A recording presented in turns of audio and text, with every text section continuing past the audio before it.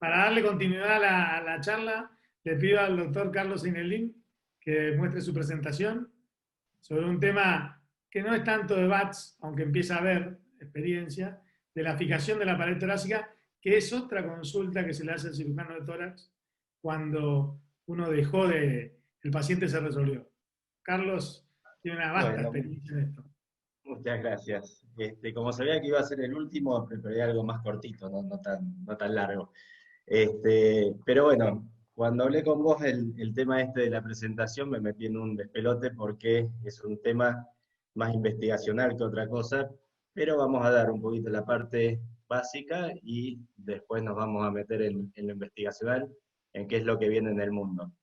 Para hacer esta charla yo busqué bastante bibliografía, pero sobre todo me basé en el consenso que se hizo en el año 2017, el doctor Pierazzi, que lo presentó en la revista Injury, juntó a varios especialistas en el mundo, que son la mayoría de Estados Unidos, uno del Reino Unido y uno de Australia, y presentaron distintas normas como para ir teniendo en cuenta, algunas de las cuales estoy muy de acuerdo, otras no tanto, pero bueno, vamos a ir mezclando algunas de ellos. Primero vamos a alargar con las indicaciones. Primero, la que menos se discute, el bolet costal, sobre todo cuando son anterolaterales. Yo siempre divido mucho la patología anterolateral y la posterior, ¿sí? En la parte posterior nosotros tenemos tanto la escápula como los músculos paravertebrales, tenemos mucha fijación, mucha firmeza en esa zona, y es muy distinta de la zona anterolateral, que es muy móvil y necesitamos para respirar, ¿sí? Cuando nosotros tenemos un bolet costal, lo ideal es fijar ambos trazos fracturarios, pero yo sobre todo, si tengo que elegir, elijo fijar por delante. Otra de las indicaciones es cuando tenemos 3 o más costillas fracturadas, sobre todo cuando tenemos un desplazamiento que es severo, como en el caso que vimos en el caso de Daniel, con una costilla que está metida dentro del tórax. El empalamiento de órganos, es decir, cuando una costilla está dentro del pulmón, dentro de algún órgano que nos está produciendo algún problema punzante. Cuando fracasa el tratamiento médico, a veces sin importar el patrón radiográfico, hay gente que tiene mucha sensibilidad y por más que uno le ponga analgésicos duele y mucho. Y si bien uno con la osteosíntesis no le quita el dolor, porque es más, le agrega el dolor de la cirugía, al estabilizar un poco ese tórax, el paciente mejora, si no es a la brevedad, en poco tiempo. Cuando hay cirugía por otra causa, por ejemplo, cuando un paciente tiene un hemoneumotórax o tiene lesiones mediastinales, en la cual uno tiene que ingresar para reparar esas situaciones, también debería ir reparando la caja torácica. Y las deformidades torácicas cuando hay varias costillas desplazadas. ¿Cuáles son las contraindicaciones que tenemos? Dos son relativas. La lesión cerebral, hay que ver el paciente, pero es una gran contraindicación, es decir, evaluar riesgo-beneficio. La contusión pulmonar, recordemos que siempre un paciente que tiene fractura costal tiene una contusión pulmonar, porque el mecanismo de absorción de ese golpe lo sufrió el pulmón, entonces siempre algo de contusión tiene que tener, y por supuesto hay que evaluar el caso. Y la columna inestable, que si nosotros lo tenemos que posicionar a ese paciente o hacer algo, primero deberíamos reparar la columna como para no producir una paraplejía o una cuadriplejía. ¿Cuál es el mejor tiempo para la cirugía, para hacer la cirugía? En el consenso hablan de 3 días y en la mayoría de la bibliografía se habla de 7 días, ¿sí? Donde uno no tiene la fibrosis de esa costilla. Ahora, ¿qué pasa si uno se pasa? Porque muchas veces no llega el material, tarda hasta que se decide, se ve un poco la evolución del paciente, como para ver si hace fiebre o no. En sí también se puede ir reparando y cada vez la cirugía va a ir siendo un poco más laboriosa, es decir, el cirujano va a tener que renegar un poquitito más porque ya empiezan las fibrosis. Pero no excluye el paciente que tiene que entrar al día 15, al día 20 al quirófano. Lo ideal es de 3 a 7 días. Las imágenes que vamos a pedir es una tomografía solamente, ¿sí? Con corte fino generalmente, que nos sirve para ver si hay fracturas costales, tractos fracturarios, si hay desplazamientos, si hay lesiones pulmonares, ¿sí? Podemos pedir también una reconstrucción en 3D. No, generalmente no me cambia la conducta, es decir, veo una imagen más linda de lo que veo en la tomografía, pero cuando uno elige las costillas a reparar, ahí ya toma la decisión con las imágenes lineales. Entonces, ¿qué costillas elegimos para reparar? Bueno, sobre todo es la región anterolateral, que es la parte móvil del tórax. ¿Se puede reparar una parte posterior? Sí, pero muchas veces es más dificultosa y hay que ver si realmente da un beneficio en cuanto al dolor que tiene ese paciente y la parte respiratoria. La costilla 1 y 2 y la 11 y la 12 son especiales. La 1 y 2 generalmente no te van a dar una estabilidad del tórax respiratoria, y la 11 y 12 generalmente no se repara. La 1 y la 2, si hay mucho dolor, o si hubo alguna lesión de la subclavia, entonces sí se podría llegar a reparar. Cuando nosotros tenemos menos de 2,5 centímetros de apófisis transversa, generalmente no se fijan, ¿sí? Porque está muy sobre la columna. Si bien hay sistemas hoy que permiten una fijación sobre la columna con tornillos, en general quedan muy fijas por los músculos paravertebrales y están escondidas en el espacio entre la escápula y la columna, por lo cual en general no son las que más se eligen para fijar. Hay que ver cuando están adelante, cuando están a menos de 2,5 centímetros de cartílago, qué es lo que pasa.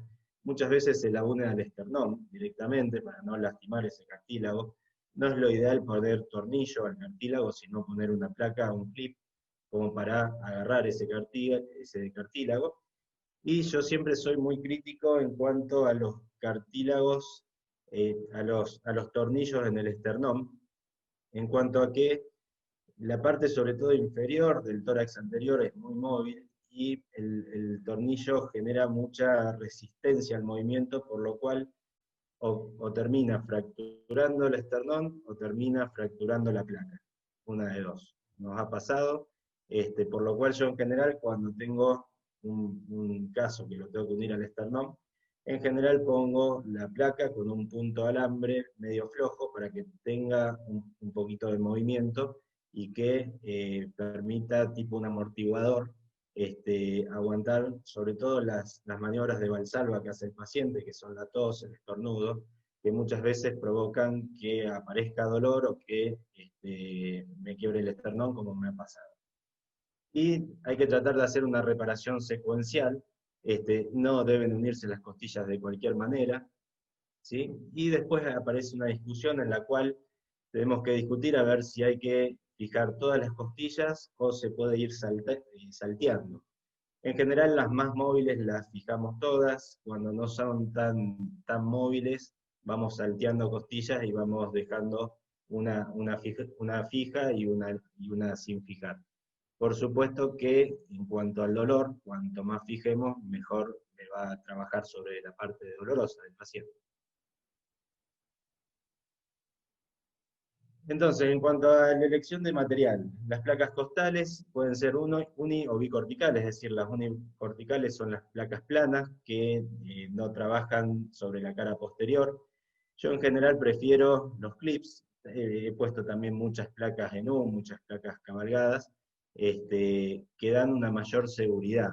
Siempre se aplican sobre la cara externa, no hay hoy en día ningún estudio que hable sobre placas sobre cara interna. Y esto me adelanto un poquito a lo que viene después, que es lo experimental. Pero bueno, a medida que vaya pasando el tiempo, seguramente van a ir saliendo nuevos estudios. En general, el titanio es lo que se usa, que es un material biocompatible. Existen las placas reabsorbibles, ¿sí? No han mostrado gran diferencia, pero existen y hay que tenerlas en cuenta. Cuando hay pérdida de sustancia, el consenso dice colocar malla. Yo en general prefiero abrir la placa, es decir, esos dientes que yo tengo en la placa, yo los abro, los despliego, ¿sí? Con una pinza, cosa de ocupar espacio, que me va a ser mucho más práctico, o por lo menos a mí me es más práctico que colocar una malla. O sea que una vez operé un paciente que tenía una herniación pulmonar por fracturas, distintas cosas, y por más que le puse placa y le puse malla, me voló la malla, y no me permitió reparar lo que fui a reparar, ¿sí? El consenso dice que cuando los gaps son, o sea, la distancia entre costillas es mayor a 1 centímetro, se debería colocar injerto óseo comercial o del mismo paciente. Yo en eso no estoy de acuerdo. Yo creo que con a menos que el espacio sea mucho, que también lo podríamos reparar cuando hacemos tumores costales o cuando tenemos mucha pérdida de costillas, en general con una placa se repara de lo más bien. Cuando nosotros vamos a elegir la incisión, lo que tenemos que hacer es hacerla sobre los trazos fracturarios. No me gustan esas incisiones que destruyen el tórax prácticamente. Hay que tratar de ser cuidadoso, hay que tratar de ser estético y hay que tratar de conservar los músculos, ¿sí? Muchas veces lo que se hace es como un bolsillo para que yo a la piel la vaya desplazando por distintos lugares y al músculo lo voy abriendo en distintos puntos, siempre en el sentido, o generalmente en el sentido del músculo, tratando de que el corte sea longitudinal y no transversal, ¿sí?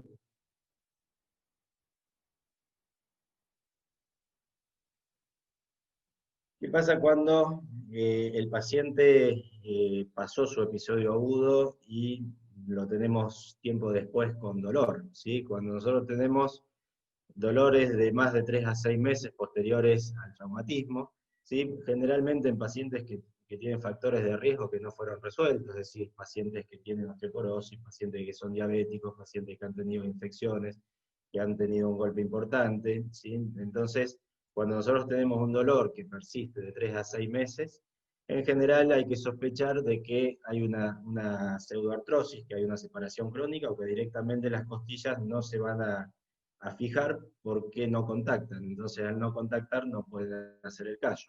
Cuando hay craqueo en forma permanente, sobre todo con maniobras de Valsalva, es decir, el paciente que tose, que estornuda y siente el crack, ¿sí? Ese crack implica que el callo que se estaba formando se va desplazando, y ese desplazamiento crónico que va haciendo va a hacer que esa costilla muchas veces no termine de soldar, ¿sí? Nosotros tenemos que hacer, cuando vamos a cirugía, la exposición de esa costilla, la resecamos el callo, y después le ponemos una placa. Generalmente ahí sacamos un pedacito de costilla, cosa de que el nervio no quede atrapado, y lo fijamos con una placa.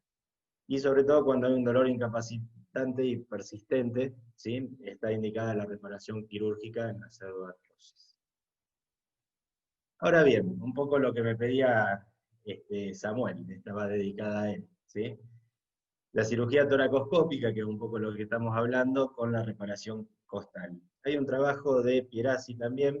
Pierasi es un cirujano de Denver, en Colorado, que hace mucho la parte de trauma, que él con el instrumental de cirugía abierta desarrolló la técnica videotoracoscópica. Esto está en investigación todavía, él así lo dice.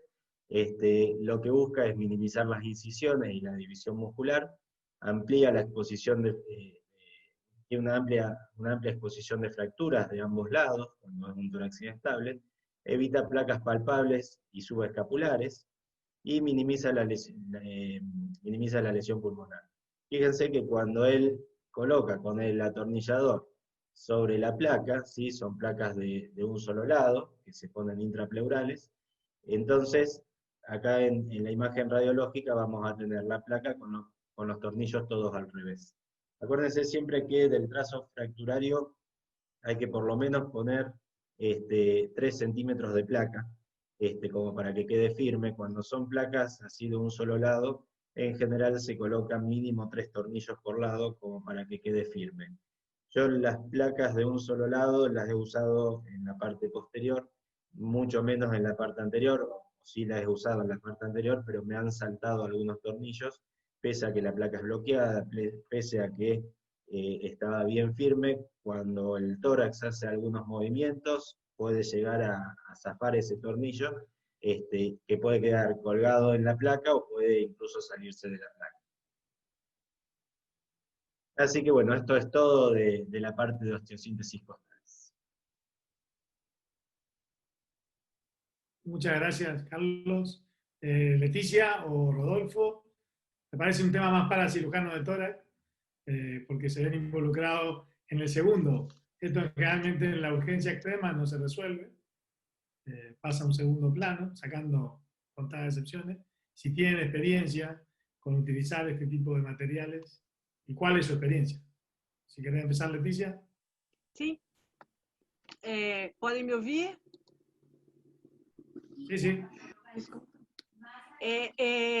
Esse tema, eu gosto muito, eu tenho pacientes em que coloquei a placa, alguns, e por coincidência eu estou com um paciente internado em que eu pedi a placa, algumas placas para colocar amanhã, um trauma com lesão diafragmática que eu vou precisar corrigir e com fraturas de múltiplos arcos costais, 5 arcos, com desalinhamento que eu vou colocar a placa também. Então, por coincidência, eu estou com um doente assim para colocar amanhã. Gosto muito da placa. Mas as placas, elas estão no momento de quebra de paradigma. Porque há 20 anos, 25 anos atrás, quando eu comecei, nem se usava imaginar colocar placa, né? Até hoje é muito difícil convencer um cirurgião mais antigo de que se pode colocar uma placa, porque a maioria dos pacientes você consegue corrigir a ventilação, extubar e tirar esse doente do hospital sem que haja necessidade de uma correção da caixa torácica. Confesso que quando eu fui fazer o treinamento para colocar a placa, para aprender a colocar as placas, eu fui desacreditando, fui com o mesmo pensamento, mas a gente tem que ter a cabeça aberta para as novidades. E a vida evolui, né? As coisas evoluem, espero que para sempre para melhor.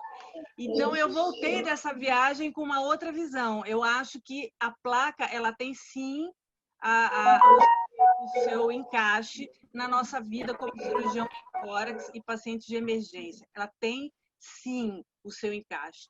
E os trabalhos agora estão surgindo. Por coincidência, não tanta coincidência assim, porque eu fui procurar também para ver se tinha alguma coisa nova. Tem um trabalho novo desse ano, do grupo de Taiwan, exatamente fazendo uma comparação entre os doentes de pronto-socorro, que a família, eles foram randomizados pelas famílias que aceitaram a colocação da placa e famílias que não aceitaram. Essa randomização foi pelas famílias, porque os pacientes eles estavam inconscientes por causa do trauma.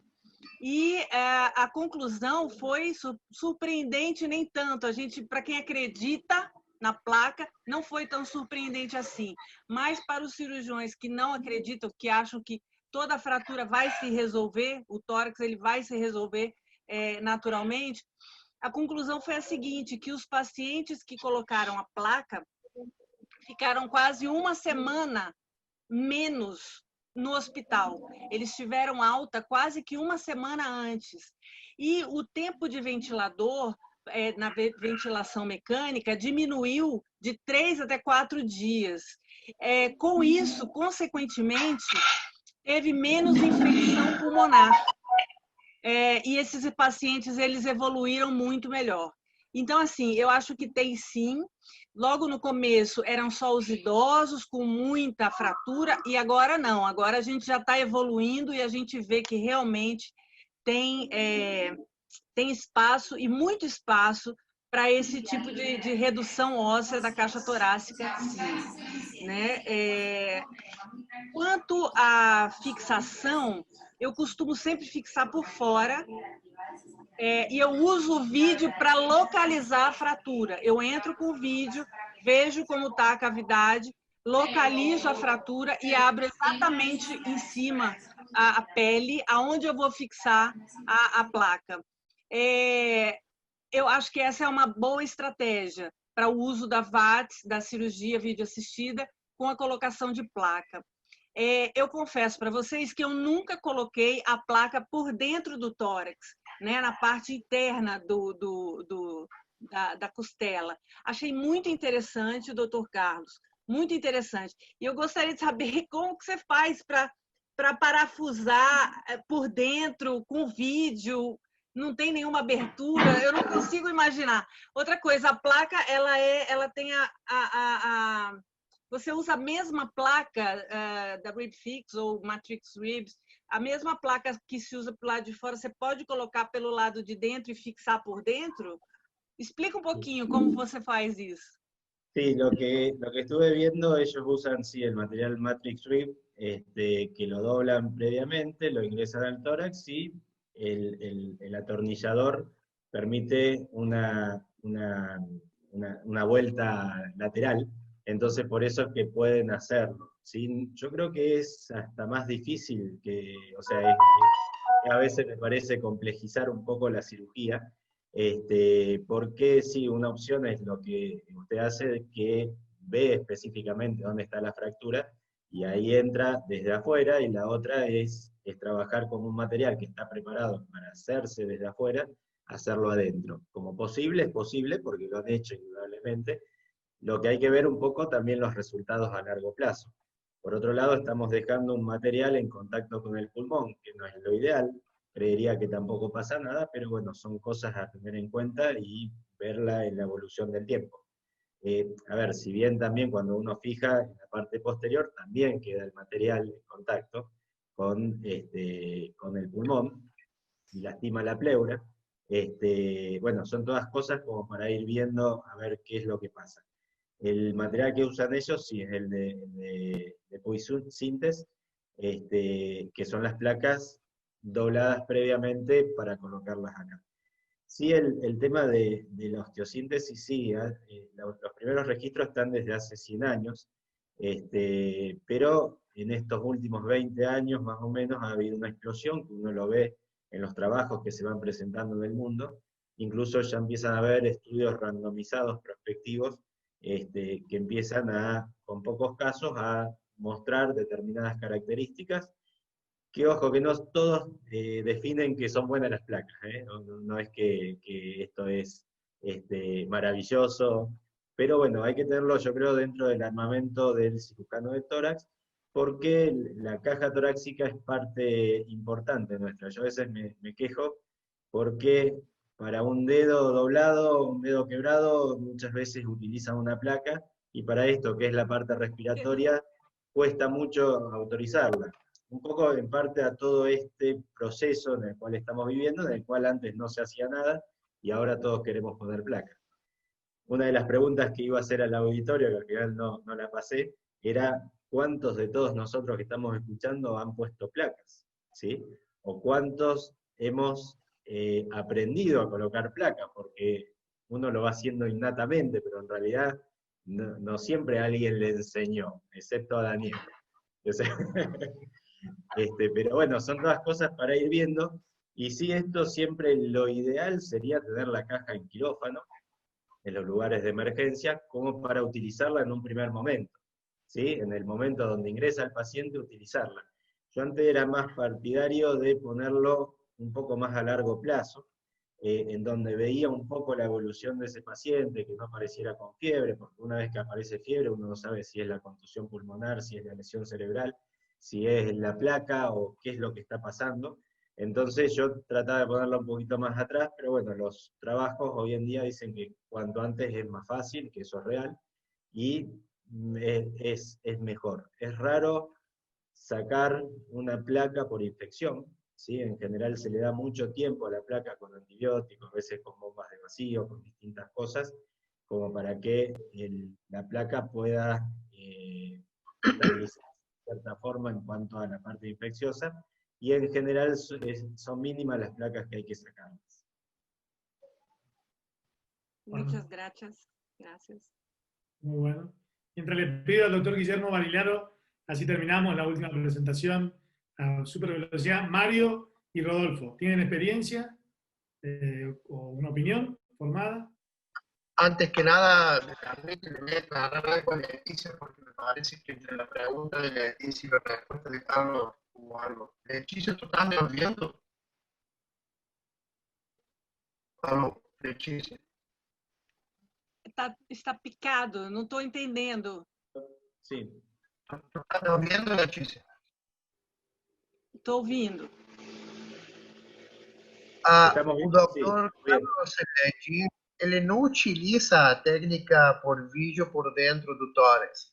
Ele fez referência àquele artigo que ainda está sob investigação Entendi. Aham. e ele, mas ele não coloca a placa por dentro. Ele põe por fora. Não estou. Ele põe por fora, ele não utiliza a placa por dentro. Entendi. Que yo nunca Entendi. utilicé la técnica videotoracoscópica pura Entendi. colocando la placa por dentro, sino que es un trabajo del doctor Pierazzi Entendi, de entendi. Denver. Obrigada. Rodolfo, ¿tenés alguna experiencia con...? Sí, pues realmente mi experiencia es más en reconstrucción de la pared por resección tumorales que por fracturas. Como ustedes vieron, pues en los sitios donde yo trabajo es el 1% el trauma cerrado.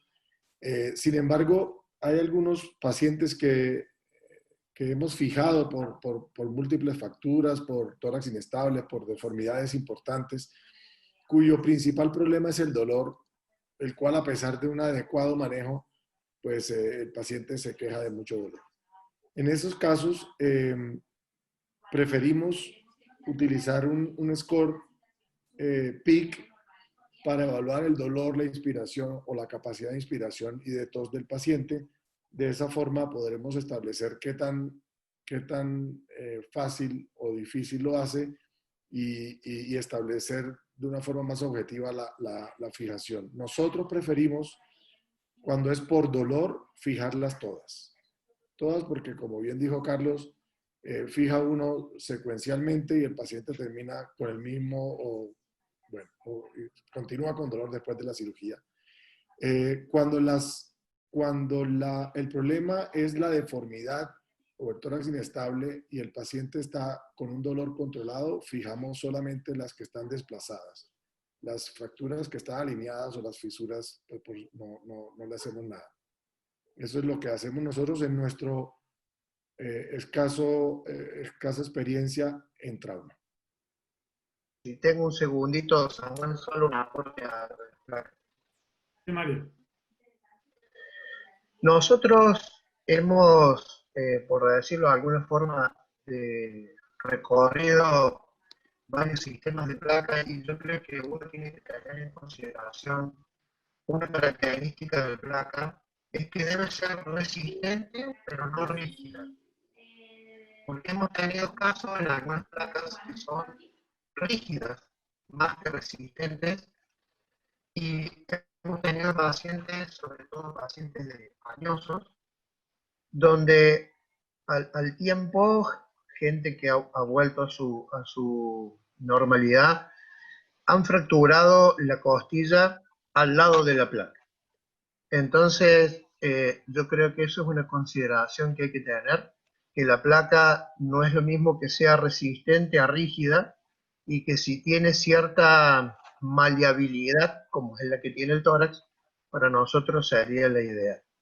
Y sin duda que en la colocación o la fijación de las costillas temprana en el trauma con bolet, eso particularmente a nosotros nos ha disminuido muchísimo las complicaciones pulmonares y la estadía hospitalaria. Bueno, muchas gracias. Guillermo, te pido acá full screen en tu presentación. Está. Una cosita, Samuel. Sí, Carlos. ¿Sí? Sí, a mí me dan un poco de miedo esos sistemas 3D donde se reemplaza toda la pared anterior. Yo un poco tengo el concepto de, yo siempre cuento con la técnica de Ravitch, cuando uno hace el pectus y saca todos los cartílagos y se va muy arriba hasta el segundo o primer cartílago, muchas veces se ha visto que después el paciente repara con fibrosis y eso genera o puede llegar a generar una insuficiencia respiratoria por una fijación excesiva de la caja torácica, es decir, no permite ese movimiento pendular que tiene que hacer el tórax. Por eso, bueno, ahora próximamente, vos que me decís que desarrollo, tiré una idea como para ponerle un amortiguador a la placa, ¿sí? Así que, bueno, en algún momento si eso surge, por ahí vamos a tener eso, sobre todo para la parte anteroinferior del esternón prácticamente, ¿sí? O sea, las placas que se comunican con la parte inferior del esternón, que son las que son más móviles, ¿sí? Que son las que tienen que tener más complacencia, que si uno lo fija fuerte acá y lo fija fuerte acá, y la placa en algún momento, cuando el tórax se mueva, o se quiebra, o salta este tornillo, o suelta por este lado. O sea, por algún lado tiene que ir aflojando la tensión. Entonces yo creo que hay que tener algo intermedio, alguna cosita como para que permita un cierto movimiento, más allá que con el tiempo eso va a la fibrosis, es decir, más allá de la placa después se estabiliza y queda una fibrosis sobre el cuerpo, como cuando ponemos la malla, o sea, la malla de por sí no tiene fuerza, lo que tiene fuerza es la fibrosis que se hace alrededor. Perfecto. Gracias, Carlos.